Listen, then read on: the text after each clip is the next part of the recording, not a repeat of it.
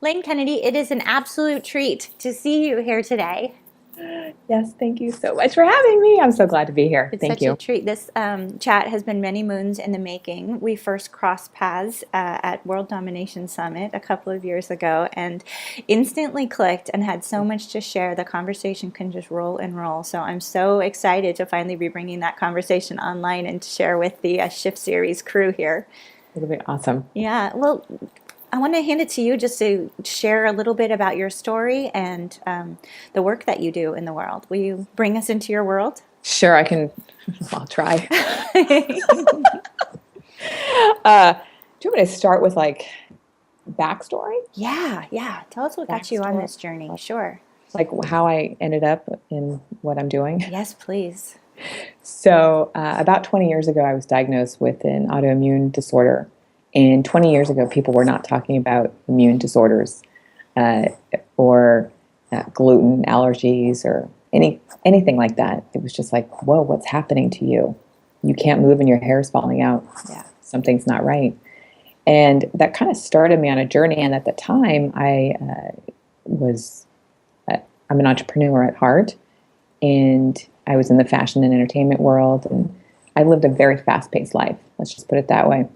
And so when I fell apart, so to speak, I had the opportunity to take some time off, and I found a holistic practitioner who set me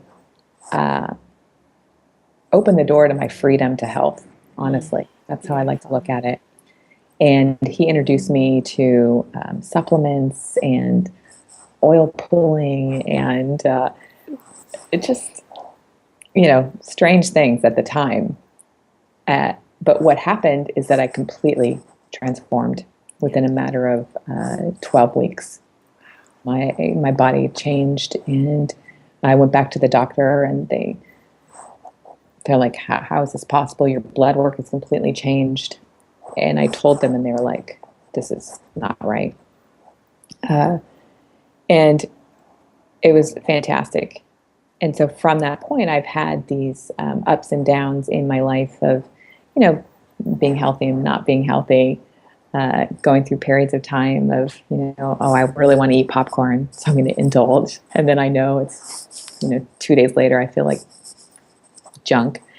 And I've just kind of been on this wave, so to speak, throughout these 20 years. And I've watched the wellness area kind of blossom, and functional medicine kind of open that door. And it's been really, really great to be a part of that and to watch it happen.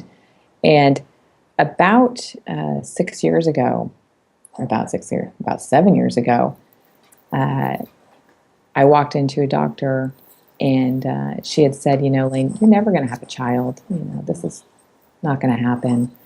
And lo and behold, I now have a 6-year-old. Mm. And I really attribute that to alternative therapies, so to speak. And it's been quite an adventure. And when I look at what I am doing now, it's really about helping women find alternative ways to find their happiness. Because I know that for me, when I was living in that state of, it's a chronic illness. There's I can't move. The head starts to go into dark places, and I became very unhappy. Mm-hmm. And it's a very isolating place to live in because nobody understood what was going on with me. And now there are so many women out in the world. I come into them all the time, Lindsay, and I know you do too. Of like what's wrong with me? Yeah. How come this isn't right? Because I'm doing what they tell me to. Right. And now being able to say, well, there's options that not many people like a regular doctor is not going to talk about this. Right. But try it. Yeah. And see what happens. And ultimately, it becomes about, finding happiness again. That's kind of how I approach things of like, let's get you back to happy. Totally. Let's get you back to finding what makes you tick. Yeah. because they've lost it, you know? Yeah, it's not even on the radar. I No. know. I was so blown open by this topic in the years when I was mentoring with John Young, and he used to teach and still does quite a bit about cultural touch points. He looks at different First Nations cultures around the world and the common cultural attributes present. And one of the innate human attributes for health is joy. And it Mm-hmm. was such an epiphany for me because here, we had created Chronic Wellness Tracker, and we were creating, this robust tool to capture all the metrics that were important for health. And I Mm-hmm. thought, well, where's joy on here? Where are these human attributes? And it was such a fascinating thing for me to begin to look at my own presentation of health and wellness and those dips you're describing and begin to think, is chronic illness actually an expression of chronic unhappiness? Because it actually appears to be on some level. It's right in there. Yeah, yeah, you're It's having right the in same there. thought. Yeah, It is so neurologically like yeah, hardwired into us, right? yeah, Our brain exactly. is meant to stay in a rhythm. Yeah, And if that rhythm is misery, we're just going to stay there. exactly. Yeah. Yeah, It's so sad. So how do you kick yourself out of that? How do you break that? yeah. And it's about going deeper and finding that joy. And sometimes I really think, Lindsay, I don't know if you had this experience, but you have to kind of have help with that. Now you've been helping women and not just modeling for them the inquiry and the not staying stuck and the seeking, but helping women on this journey for some time. What does that look like? What do you observe in women trying to find their way back to happiness? First, there's frustration. There's like, oh, I'm going to have to do something differently. And then when I explain like the process, it's really simple. It's like, here's 7 things, just 7. If you can't do 7, let's do 5, Oh, nice. Yes. you know? And then there's like a slow,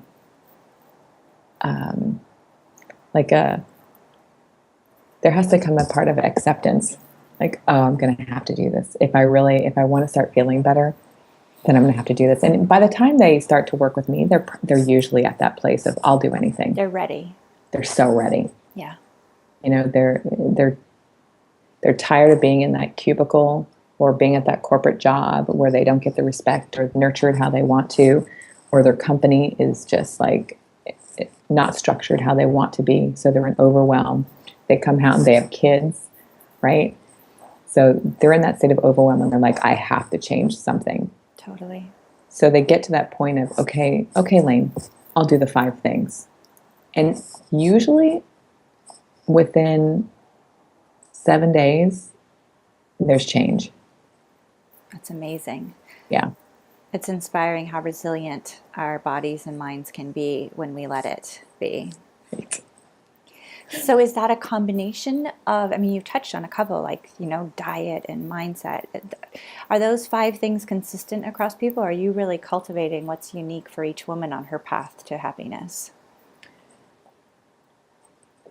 I think there's the 5 to 7 things that I kind of go over, but each woman, each person is, we're all unique. We all have our deck of cards.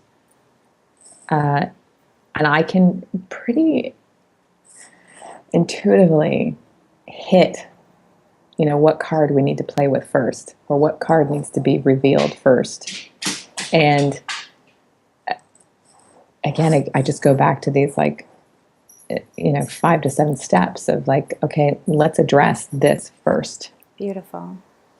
And she's, again, like I said, she's usually ready. Yeah. And she's like, okay, let's just do it. Yeah. And sometimes, holding someone's hand is okay. Yeah. Yeah. Yeah. So being there to witness, inspiring them on these 5 to 7 steps, and then holding their hand through it. So what are some of these steps? If someone has found their way into this interview and they can resonate, as so many can, with this feeling of lost joy, societal chronic overwhelm. It's not just individuals. It's our entire culture is expressing itself as overwhelmed. Our children are showing indications of overwhelm. So how do you begin? What are some of these steps we can begin to tap into? Well, the first one I talk about is sleep. Yeah. Oh gosh. I mean, I just start there, Yeah.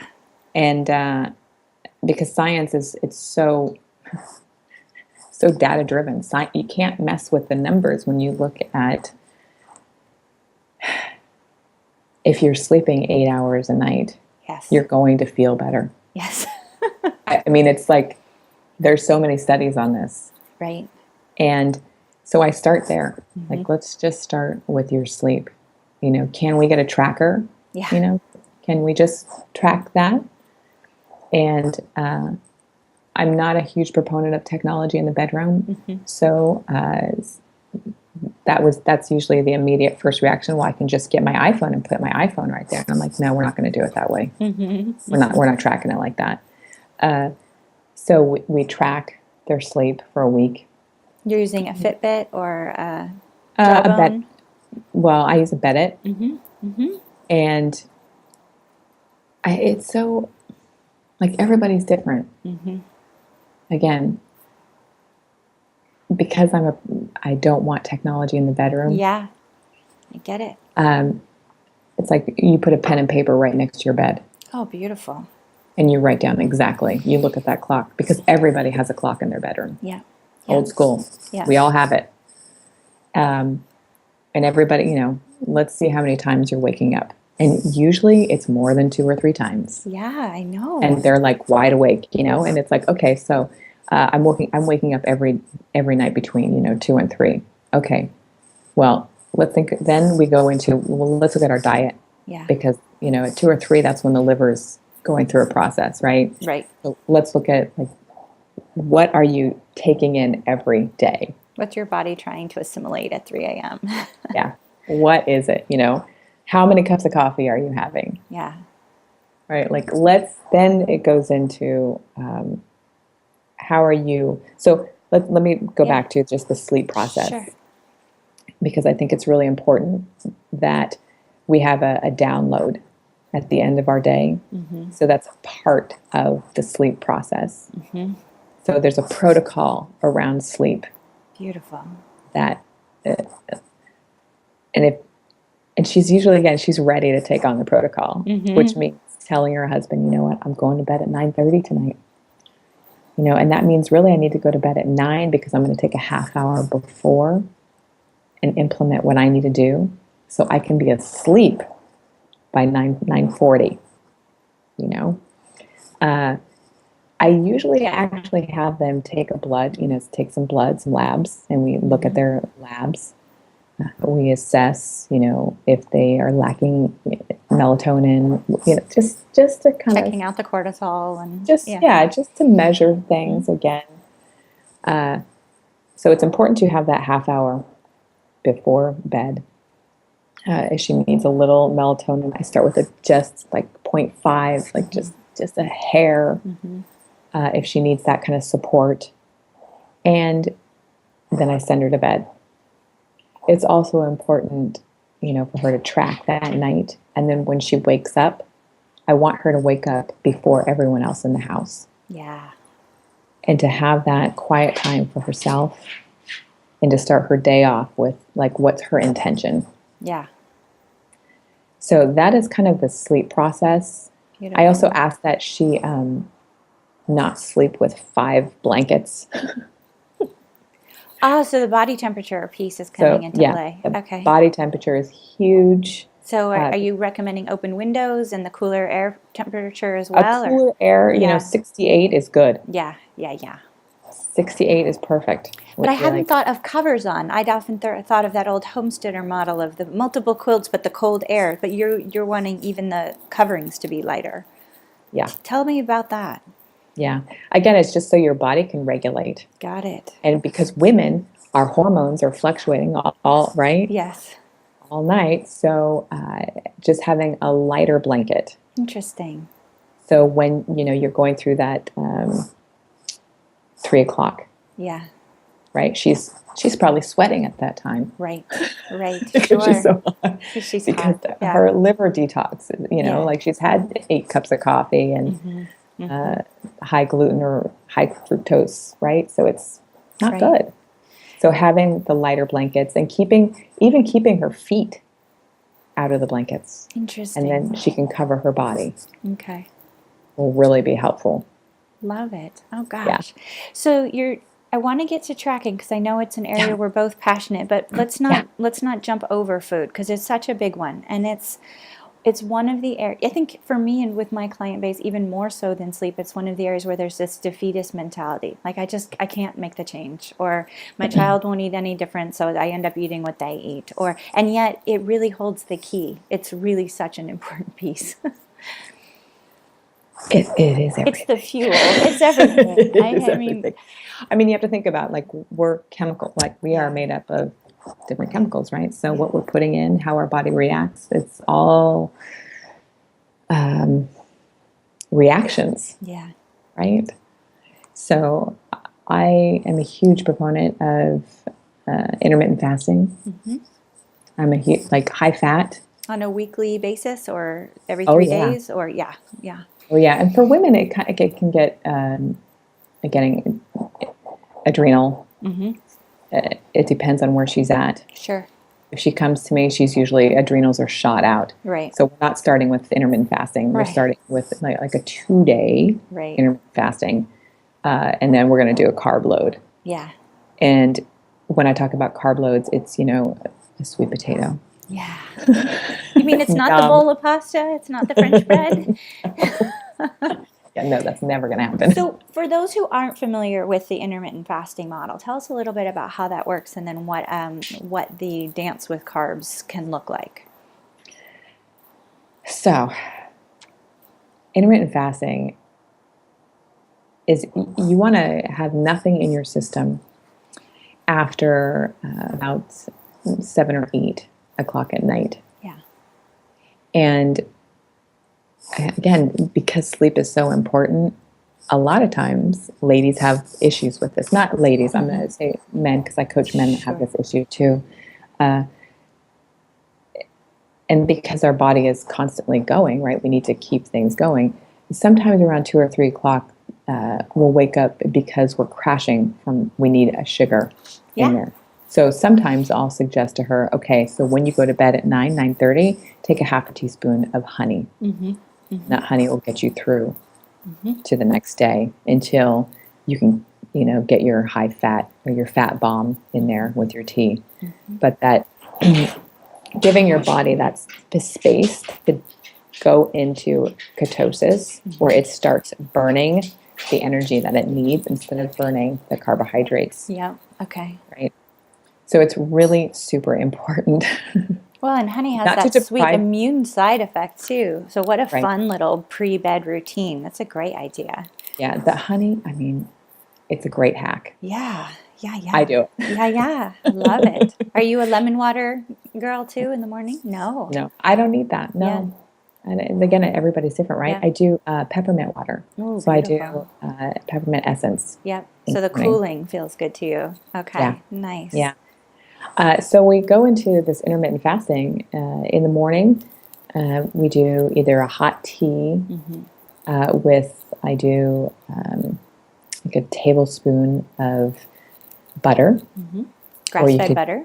Grass-fed butter, no salt. Mm-hmm. Or you could do coconut oil or coconut, coconut. Mm-hmm. And this just allows you, again, to be dipping into the fuel that you need to burn to get through your day until about 1 o'clock. For women, I go to 1 o'clock. Okay. For men, they can go a little bit longer. Usually 2 is okay. Okay. And if her adrenals are shot out, she's not doing this. Right. She's going to put some collagen in her coffee. Yeah. She's going to put extra fat into her coffee, and she'll probably do fasting until 11. Even more nourishment. Then. Yeah. Yeah. And then after that, she can have her vegetables, her protein. And again, I stay low on carbs when we're going through this process. And And I love fat. I'm like, give me more fat. Let's have more fat. I remember in the early days of my wellness business, people were focused so much on hydration, which I believe in hydration, super important. I think we're underhydrated, but Yeah. it was an important moment for me when I learned the distinction between dehydration and delipidation, and and how chronically delipidated we were as a people completely, and bringing in that fat ran contrary to all the health conscious thinking from the 70s and 80s and 90s. Right. And yet what dramatic improvement in everything from inflammation and autoimmune and everything, skin. Everything. Yeah. Skin. And, I mean, I'm going to get vanity here, right? But as we age, as we, Sure. mature, Sure. right? We have like our skin, like, because all Yes. the fat, like we're starting to look like, right? So just Boosting eating it. more Yes. fat, Absolutely. drinking bone broth, it just gives us that like Yes. plumpness. Yes. I love the bone broth. Yeah. I know. It's so true. Wow, those are great recommendations. So then you did mention that you do some carb loading periodically in this protocol. How does that fit in? Yes. So we'll do a carb load every, again, depending if she's adrenal fatigue or not, every 3 days, Okay. every 4 days. And it really depends, again, on her and how she is. And I know if you're depleted. Yeah. Because what happens is that we become agitated. Yeah. And angry. And just not nice. Right? So it's not, and we don't want to live in that zone anymore. This is about being happy. Yes. Right? So after like 3 or 4 days of fasting, it's like, there's an edge to it. Even though you're in ketosis and you're burning and your brain's on fire and you're good, there's an agitation. So the carbs, kind of feed the brain, put some warmth into your body. And and you like the sweet potato? Yes, and I like white rice, actually. Okay. White rice. I'm okay for white rice. Nice. Yeah. Well, with butter, white rice and butter. So nourishing, I know. I like ghee too on my butter, on my rice. Yeah. It's good too. So I just have to sneak in a couple of minutes talking about our shared passion for life hacking and biohacking and the power of tracking. Will you tell us a little bit about your journey into awareness-based practices and tracking? Oh my God.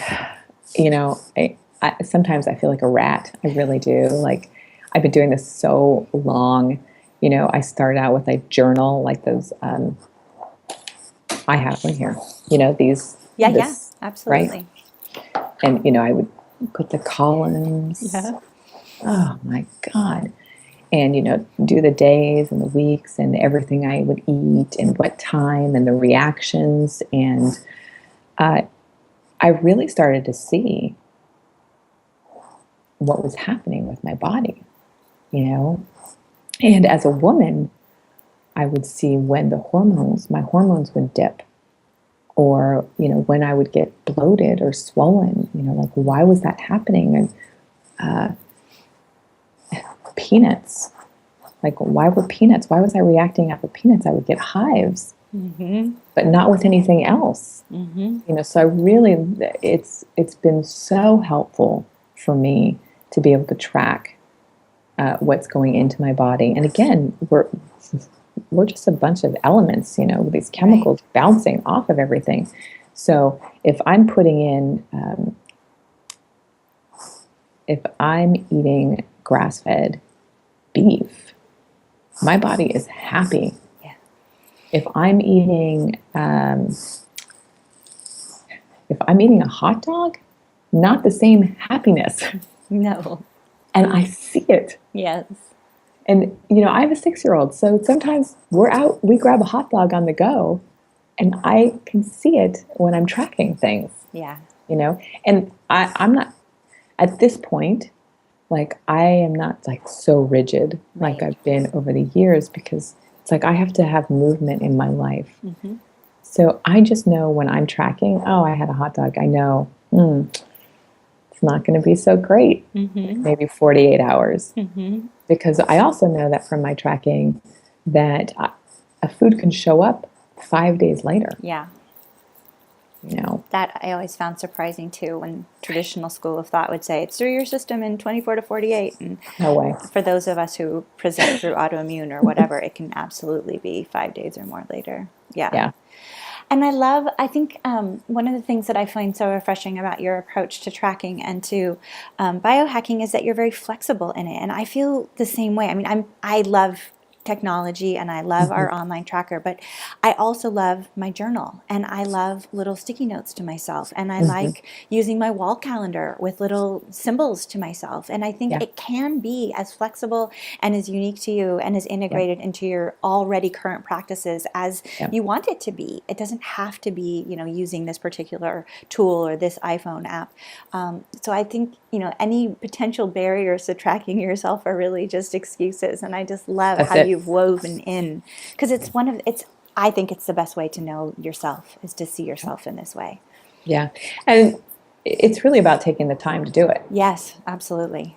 right? It's being really committed Yeah, to wellness yeah, and happiness. absolutely. Because at the end of the day, I want to be happy. I want to go to bed knowing that my son is happy, my husband's happy, right? Absolutely. Like, Yeah, it's worth it yeah. for me to put that half hour in the morning, half hour at night, half hour in the middle of the day to kind of get centered and know what I'm doing and what I'm eating. Yeah. Well, and you're touching on something else that's so important, which is where you're tracking yourself towards. You have this beautiful metric of happiness as this gauge for yourself. And I think it's so important for every person who's tracking themselves to have a sense of where they're headed. And Mm-hmm. happiness is certainly, one of that joy factor, that original instruction. Mm-hmm. So I know that you have a book coming out sometime this year, and I'm wondering if happiness finds its way into that. Tell us a little bit about what we can Yeah. expect. Happiness does find its way in, Great. and it's a quick read about changing one thing. Oh, that's awesome. That's Yeah. my shift series question. We have to go there now. So I always ask everybody at the end. So if there was one thing that you would recommend someone do, whoever, from whatever place they're sitting now, wherever they are in their journey, what's one thing that, if you had to pick one that anybody could do to get started towards happiness? Take a walk. It touches a lot of them right there, doesn't it? Yeah. That's I mean, stacking just functions. getting outside, Yeah. taking a walk. Yeah, I love it. I mean, wherever you're at in the world, you can do that. Yeah, I love that.